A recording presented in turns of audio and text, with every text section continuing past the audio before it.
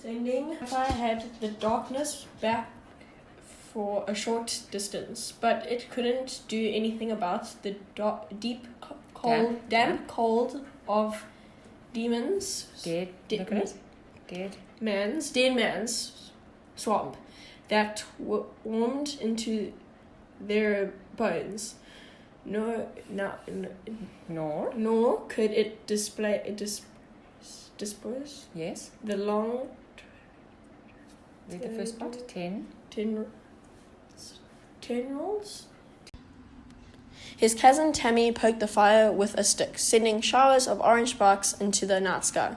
Way back about 100 years ago, there was a man called Dennis Bryant, who tried to start a farm here.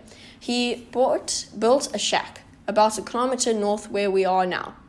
While he could clear the land, after a year of struggling alone, he decided he needed a wife to help with the work. So he went to the city where he found a young girl silly enough to believe his